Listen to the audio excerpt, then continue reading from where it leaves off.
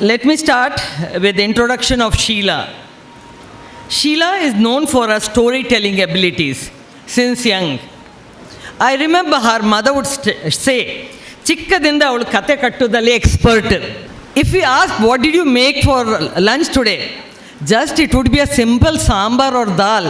But the way she would elaborate and tell us, ನಾನು market ಹೋದೆ, ಇದು ತಂದೆ, ಕಟ್ ಮಾಡಿದೆ, ದಾಲ್ ಬೇಯಿಸಿದೆ, it becomes a story only, big story. So it was no surprise for us when she said she's going to write a novel. Sheila Kunjur is an author, psychologist, educational consultant, trainer, and a social activist, supporting underprivileged children through financial aid and organizing enriching programs for government schools. She has over 25 years of experience teaching English, creative writing, public speaking, and theater. She has authored Look, There Are Words in My Vowels, another book, Sugar, Spice, and Everything Nice, Tales from Neerada's Kitchen. Neerada is her mother, was the mother. Relationship Ragas and its soon-to-be published sequel, Ragas in Ink. Both books co-authored with a collective of writers. Through her storytelling, Sheila Srinivas celebrates creativity and human diversity while exploring themes of magical realism, spirituality, environmental awareness, and philosophy. Her book, One More Than Eight and Other Stories, takes us on a journey that explores the Navarasa, the 9 emotions that have shaped human expressions for centuries. Each story in this collection is a mirror that reflects not just emotions, but the way they shape our lives, our relationships, and our understanding of the world. In bringing these rasas into contemporary storytelling, Sheila Srinivas has offered us a fresh, vibrant, and thought-provoking look at being human. Sheila Kunjur Srinivas assures us that this evening is about experiencing emotions, cherishing creativity, and honoring the power of stories to connect us all. Behind this successful author, there is this man, her better half, her husband, Dr. Srinivas Murthy, the famous dermatologist from Bangalore, who is present here and who is the main source of inspiration for Sheila to become a writer. We welcome you, Dr. Srinivas Murthy. Introduction of our chief guest. We wanted a chief guest for today's program, and we immediately zeroed on Dr. Ganesh Pai. Dr. Srinivas Murthy was very particular. It had to be his guru, whom he has known since his KMC days in Bangalore. Dr. Ganesh Pai, known for his proficiency, care, and healing touch, is a senior consultant dermatologist in Bangalore.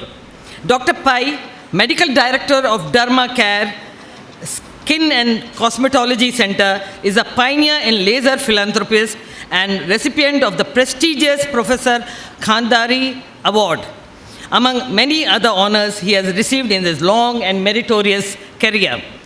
Dr. Pai describes himself very simply and humbly as just a senior citizen whose curiosity makes him dabble in many hobbies, like travel, sports, music, reading, managing an animal trust, and yes, dermatology too.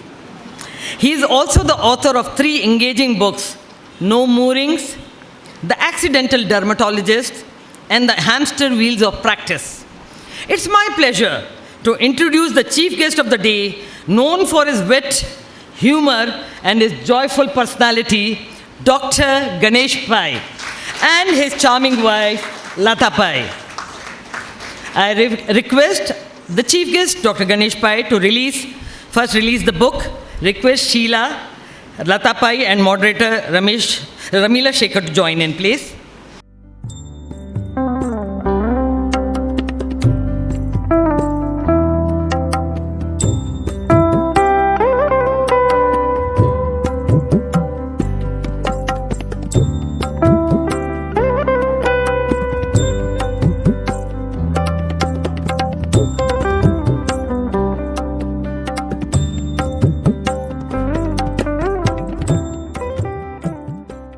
The chief guest, Dr. Ganesh Pai, to address the gathering.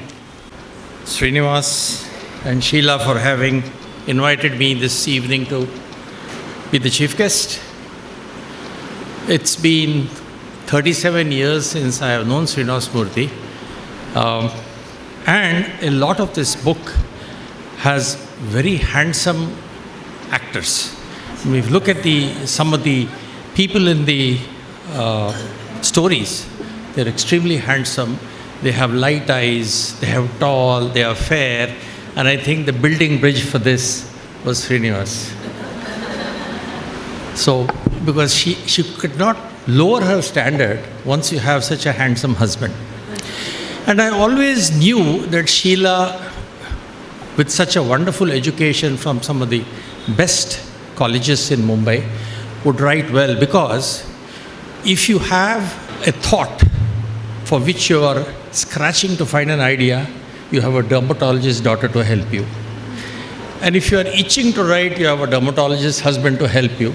So whether you are scratching for ideas or itching to write, it's in the family for you to go ahead and write it. So I went through this book, and I must say, one of the best things about this book is there are so many stories and stories within these stories that you can actually start on any story. It's not that you have a continuity from beginning to end. So 20 minutes you can read one. Half an hour, you can read two. So I would suggest to you that you can start any time, in any page, and still get rewarded. I have also been pulling my wife's leg. I said, I'm going to pick you up this afternoon. What time? She said, 1 more than 3, I said. She said, what is that? I said, 1 more than 3 is 4 o'clock in the evening. So I said, I'm going to come at 4 o'clock and pick you up. But having gone through the book, there are some wonderful English.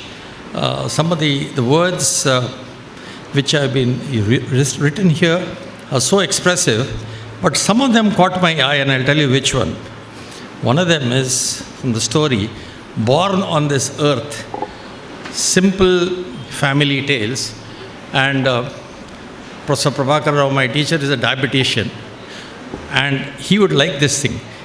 Well, look at you, my little rose, Sanjana cooed, her voice so sugary sweet, it could have sent anybody into a diabetic coma. So this is a wonderful line. I laughed over it. I pointed this out to my daughter, son, as well as my wife.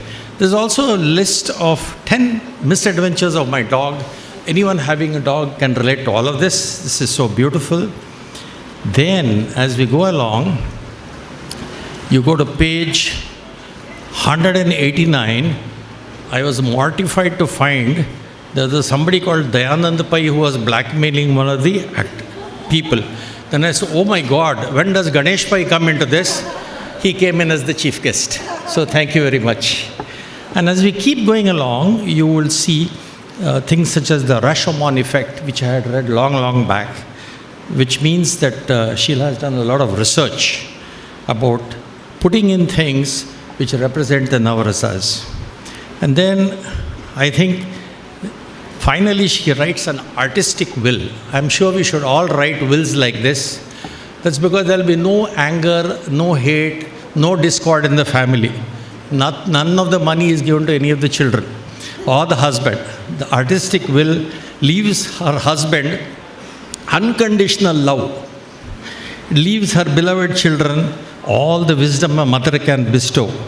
And to the grandchildren, eternal, unseen, soul-level connection. So at the end of this, nobody can be disappointed. So where did the money go? That will be in her next book.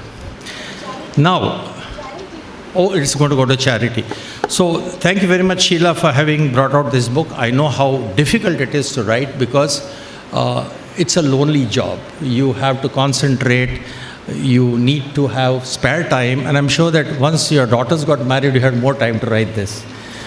And also, you need to have a patient spouse. I'm sure that when I wrote my 3 books, between 9 p.m. and 11 p.m., there was so much of silence, and my wife has put up with that. I'm sure Murthy has also done that, because writers go into a trance. When they begin to write, they're in another world, and they would prefer not to be disturbed.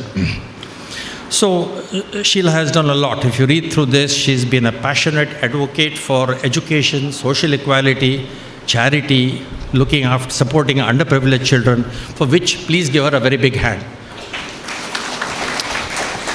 And then finally, to conclude, I'd say every character, everything written in this book is like the 7 colors of the rainbow. So vivid, so lively. 7 plus 2, so 7 colors of the rainbow. 8th is Sheila's writing, which is so precise. And then finally, the 9th is the Navarasa. Thank you very much. Well, Dr. was his humorous and jovial self. Nice message also he gave. Thank you, Doctor. I request Sheila to present him with a memento, please. A moderator for the program. And who better than this person who is a mental health professional, as this book too deals with human emotions. Dr. Ramila Shekhar, the moderator for this evening, has had her early education in Mangalore and then went on to pursue her studies at NIMHANS, Bangalore. Served as a professor, HOD and Dean, PG Department of Roshni Nilaya for 34 years. Currently, she is the director and practicing as a mental health professional at Manashanti Counseling Training and Research Center, Mangalore, which she initiated. She has conducted more than 2,700 programs for students, parents, teachers, and members of various government and corporate sectors on family life. Yes, she does need an applause. Family relationships, child and youth mental health, healthy personality, stress management, substance use and its effect, prevention of sexual harassment in different parts of Karnataka and South India. She was conferred the Best Educationist Award by the Global Society of Health for Health and Educational Growth, New Delhi. She has presented many research papers in national and international conferences. She was involved in research with University of Cornell, USA, and also a research on internet addiction with Flinders University, Australia, and has been invited to give lectures to students in Norway, in Belgium, and in many more places. The list goes on and on and on. So she is in the panel for mental health in Karnataka Bank, Post Office, and many other institutions.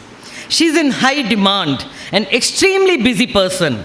Because she is a close family friend of ours, she consented for the moderation. It is our proud privilege to have Dr. Ramila Shekhar as the moderator.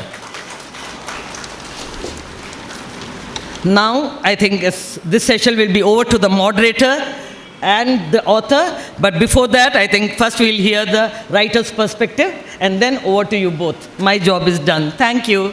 Everybody, thank you very, very much for giving us your valuable time. First of all, the dancers had another program, so they've told my whole story. I thought I had no work left. After seeing the brilliant dance that they performed, as they say, words are not enough. The dance showed it all. So we are going to try to make it as roller coaster and interesting, but it's going to be a really tough job. So I'm Sheila Kunjur Srinivas, and as my dear aunt said, I loved to weave stories from a very young age. So we'll start straight away onto the topic. I just thought I'll read a little bit because most people skip the introduction, and when I read the introduction, the book makes a little bit, there's a little bit of clarity in it. So emotions are the vivid hues that paint our stories with depth and meaning in the mosaic of our lives. They play a significant role in how our stories unfold. Nothing happens in a vacuum. This book, which took 10 years to evolve, is a tribute to the role of emotions in shaping our experiences. I started writing my tales and poems as ideas occurred to me, either through memories, my own and others, or from a spark that ran through my dreams.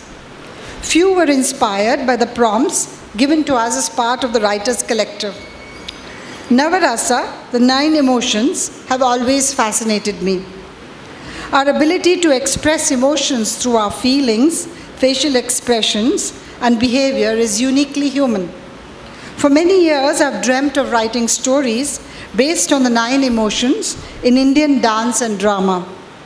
When I considered how to combine so many topics under one heading, I realized that each story naturally gravitated towards a dominant emotion, becoming its guiding thread. It was a joyous aha moment when I achieved my dream of synchronizing each story with a relevant emotion or rasa. These stories don't follow a strict pattern, as Dr. Ganesh Pai said. Some delve into life's big questions, while others offer escapism through fiction. You'll find a mix of philosophy, personal anecdotes, and even a touch of magic in my narratives. I weave threads of fantasy into the depiction of everyday life. My protagonists are ordinary people whose lives get entwined with the extraordinary. Through their experiences, I aim to explore the nature of reality and help readers gain insight into society and human behavior. As you flip through the pages, I hope you enjoy reading these stories as much as I enjoyed writing them. May they resonate with your feelings and thoughts, offering insights that stay with you long after you finish the last page. Thank you, Sheila, for that introduction. Good evening, ladies and gentlemen. Thank you, Mallika, for that beautiful introduction. And the dance troupe really gave us a glimpse of the beautiful Navarasas, which I could see that every one of us enjoyed. And I also want to say that Sheila's family has actually brought out the beautiful emotion of bonding. You could see one uncle singing a song. You can see the other uncle actually ushering all the guests. I think it's a beautiful thing which we rarely find now in our society. So for that, I would always pray to God to keep this family always happy and together. Now coming to the book. Emotions, as Sheila Kunjar has rightly said, is an inseparable part of our life. They shape our experiences. But in the rut of our everyday work, we often forget to recognize them. And we also forget that we as human beings are blessed with the ability to express these emotions. But these emotions are most often not expressed, not even recognized. And that I say very strongly because as a mental health professional, that's one of the problems that I come across in my clinical practice. So, and here I think Sheila has beautifully brought in the philosophy with lived experiences, prompting all of us when we are reading to pause, to reflect, and often revisit certain parts. You won't believe. After I got the book, I had promised her that I will finish it within a week, but I did not because I had to go back to some parts and I don't know whether it's an awe expression or it's a question mark expression saying, where am I? What is happening? And I had to go back and again read it to find out what actually was happening. So, but what intrigued me a lot was the title, One More Than 8. Because it's beautifully coined, it definitely highlights the concept of Navarasas, but also symbolizes the infinity of number 8, which neither has a beginning nor an end. So I think the first thing I want to ask Sheila to throw some light on this title. Yeah, that question has often been asked, what sort of title is this? So when I was searching for a title, actually the title came to me more than invented by me. It came first, One More Than 8. I was trying different titles and wondering what would be appropriate. I first thought real and unreal, because many of the tales which seem real are actually unreal, and what seems very unreal actually are real. So there was this thing, but it had already been taken. And after I decided on the title, I started getting information from, literally the universe, telling me a lot of details which I hadn't actually, realized. One, as she said, is the infinite and the infinite God. And 8 is, again, symbolizes life, death, and rebirth, as a continuum of infinity. So one is, and 8 together itself is very significant, because a lot of the Bhagavad Gita has 18 chapters, and the Taoism has not 18 but 81. So 1 and 8 itself, there are a lot of significant connections. And one of my golfer friends said, and there are 18 holes in golf, very significant. So 1 and 8 is a significant, plus 9 itself is a complete number. As you know, 9 Navarasas, the Navagraha, the Navaratri, 9 months of, of incubation of pregnancy. And 9 itself is a perfect number, because when you multiply any number with 9 and add it, it always comes to 9. So it's the last finite number before you go to 0. So it seemed to have a lot of significance to me, a lot of spiritual meaning in Buddhism and all those different religions, Christianity too. And my stories, of course, range from pure pulp fiction to spirituality. And there's an infinite possibility when it comes to human stories. So there too is where infinity has come into play. Yes. Thank you. The prologue, if when you read it you'll understand, it has a beautiful blend of crime, horror, and romance. It evokes a whirlwind of emotion that leaves the reader intrigued and curious about what's unfolding. I found myself rereading it to fully grasp the nuances. What was your intention behind crafting such a layered building? Yeah, so the very first chapters created some controversy, because the title of the book, One More Than 8, is the before the story we call it the prologue. For those who are very good readers, so you'll decide when you'll get the book, they got it immediately. The reason is it had all 9 emotions in it, more or less, and you have to search for it, as you say. And I'm very happy if you'll get confused. Please do tell me. And as I told my other, lot of audience, if you like that first prologue, tell me. If you don't like it, read it again and try to get what I was. I wanted to confuse the audience. I wanted like chess pieces. I wanted people to know that characters can change, in a flash. We can just change people around and make that either good or bad. Because actually everything is in a person, the good, the bad, everything is in us, and it depends on what situation and how we are, which will bring out the good or the bad in each one of us. So that's the interplay of characters. The same characters keep changing, and that was the reason I wanted to confuse and make you all wonder what's going on. And I think you did succeed in making us wonder, actually. And another part that I really liked was the karunam, the sadness part, where you brought out that, that feeling, the depth of feeling that one experiences in the relationships breakups. That is, I think, which was very beautiful. And your background in psychology was clearly reflected in the synchronicity that you brought out, where emotions portrayed a lot of remarkable depth in it. Do you think you would have expressed them differently without your training of psychology? I know I'm being a little teacher, but I thought I will bring that out. By the way, we haven't planned any of these questions, just in case you all think so.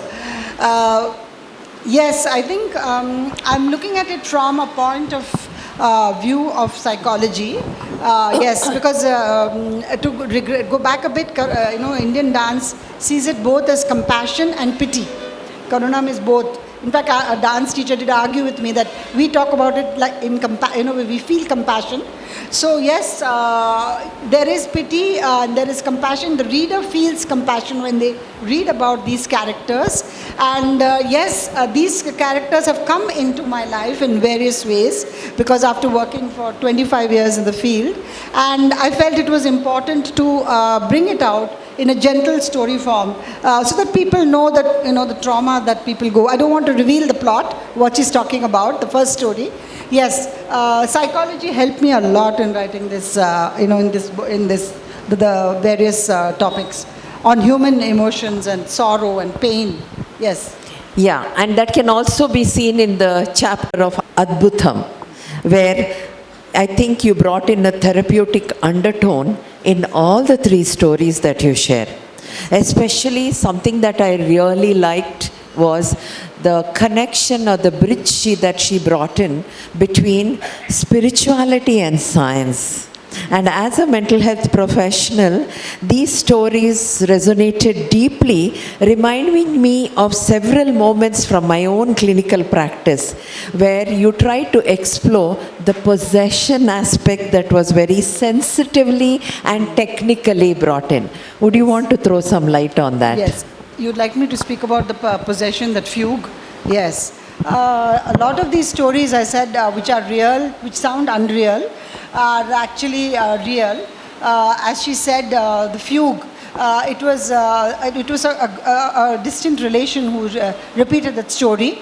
I won't give you the story away, but where trauma is so great that their memory loss happens, and the person seems to appear in different places and doesn't remember how she has gone from one room to another, and how she is her personality changes. Now in the village they would do all kinds of pujas and think that it's exorcism and there's some problem with her, but actually, as she says, it's very common thing in psychology and psychiatry that they so traumatize the brain that they forget where they are, who they are, how they try to escape either through multiple personalities or through disappearing into safe places. It's the way the brain deals with trauma.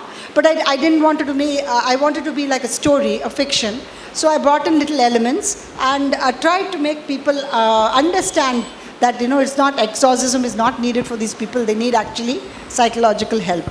So yes, it was my small way of bringing in this, very, very common in Indian women especially. Absolutely. I think every one of us can relate to it because sometime we would have heard of these stories. I just want to also pause a little bit here and ask the audience, when we are talking about some emotion, when we are talking about something, if you all have any questions or any queries, you can definitely put up your hands and we will, I'm sure Sheila will answer that for you. Okay? So anyway, you can stop us and you can definitely come in. We are just taking this, the communication on. That's all. We're taking the conversation on, but you can definitely come in between. Another thing that also highlighted is when Malika introduced Sheila, she also mentioned about she being a social activist. And if you heard her introduction, she has worked with children. She has worked with children from the government schools. She has taught them the creative thinking skill, which is now so much lost in our children because there's so much of rote memory that is there. So that I think she has brought in. And that book about the vowels, what was the title? Yeah, look, there are words in my vowels. There are words in my vowels. I think that was something that is beautifully, and I could see that in one of the chapters where she brought in the social activism was brought out when she talked about the menstruation cycle in women. I think all the women here will definitely be able to understand what I'm talking about because there are so many myths and misconceptions related to menstruation cycle of the woman. The woman is not allowed to touch some things, the woman is not allowed to come inside some rooms, and she brought it. And so that was beautifully brought out. And the anger in the woman, that feeling of why sometimes, a woman also starts feeling, why am I like this? Am I really, unclean? That feeling was brought out so beautifully. Another thing that we struck up, those of you all who have seen, very recently we have all seen this movie, Sue from So. You might be wondering, why am I bringing that? But that one word that comes across that movie is, yes, I'm being a teacher, I'm asking questions. I know that the teacher in me is coming out, is I'm sorry to use it on the platform, but I'll have to use it because she's brought it in her book, Bevarsi. I'm sorry, sir, I'm really sorry for using that word, but she brought this word across in one of her story titles. And for a moment I was taken back and I said, how can an English novel have this word? I want you to answer that. Yeah, it's very, in connection to this, I did a pre-launch in the US, in Chicago, where I had a whole lot of Americans, and they said, we got very confused. You've got these Deepas and you've got these, Anthonys, and you've got these different names. How do you expect us to understand? And then you've got Indian words in it too.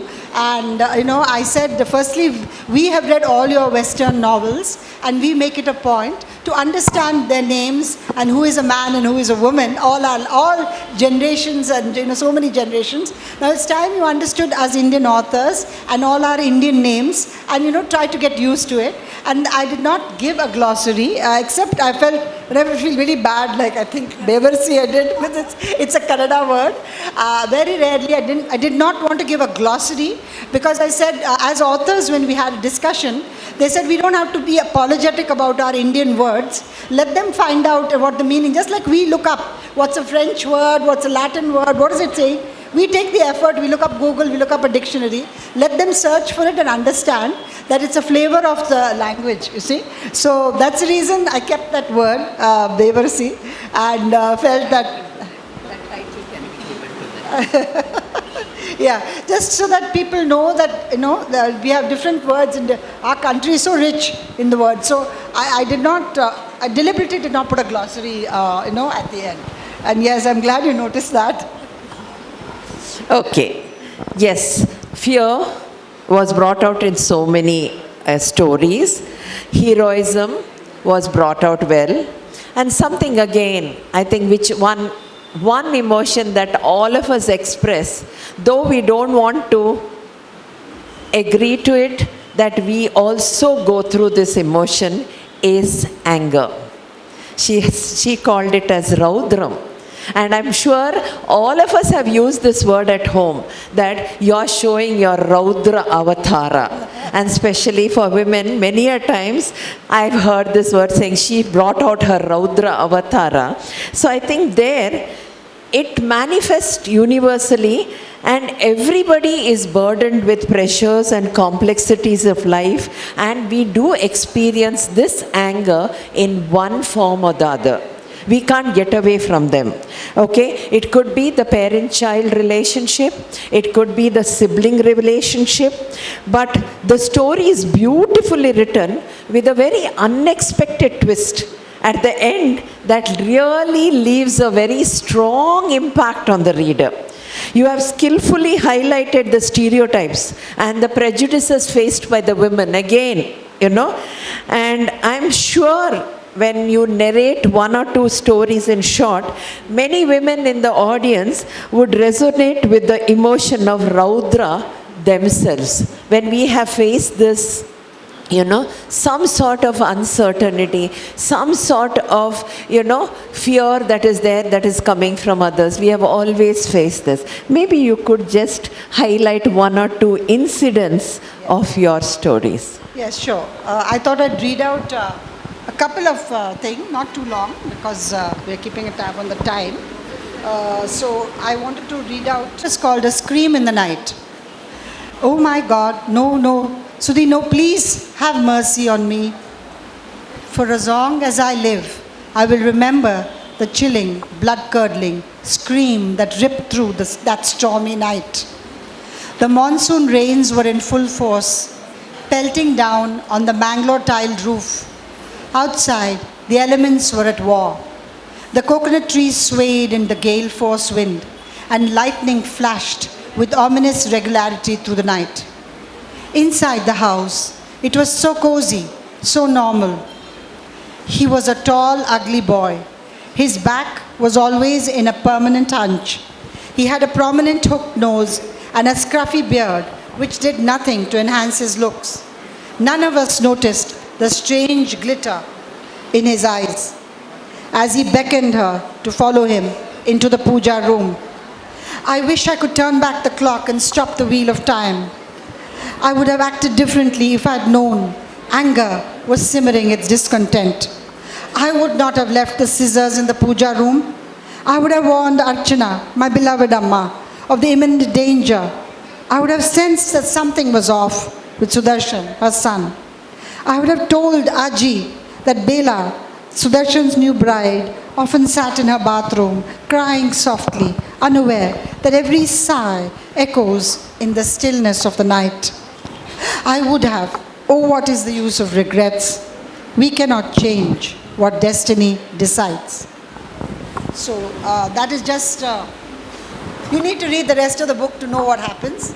But yes, anger expresses itself in minor ways and in extremely dangerous ways. Absolutely. And yes, as I was discussing with her, when I was asked what are the emotions which are very important, so anger and fear dominate our lives a lot, unfortunately. To overcome anger and fear is a human endeavor. And to reach calmness of mind, which sounds easy, is extremely difficult. And as I was telling her, love actually is it cannot be considered an emotion. It is a state of being. Because love finally conquers all other emotions. Once we have love, all the negative emotions get removed. But we need to overcome anger and fear, we need to become calm, and then we need to have love in our heart. Easy to say, very, very hard to do. Absolutely. I think she has gone through all these emotions and she's ended with Shantam.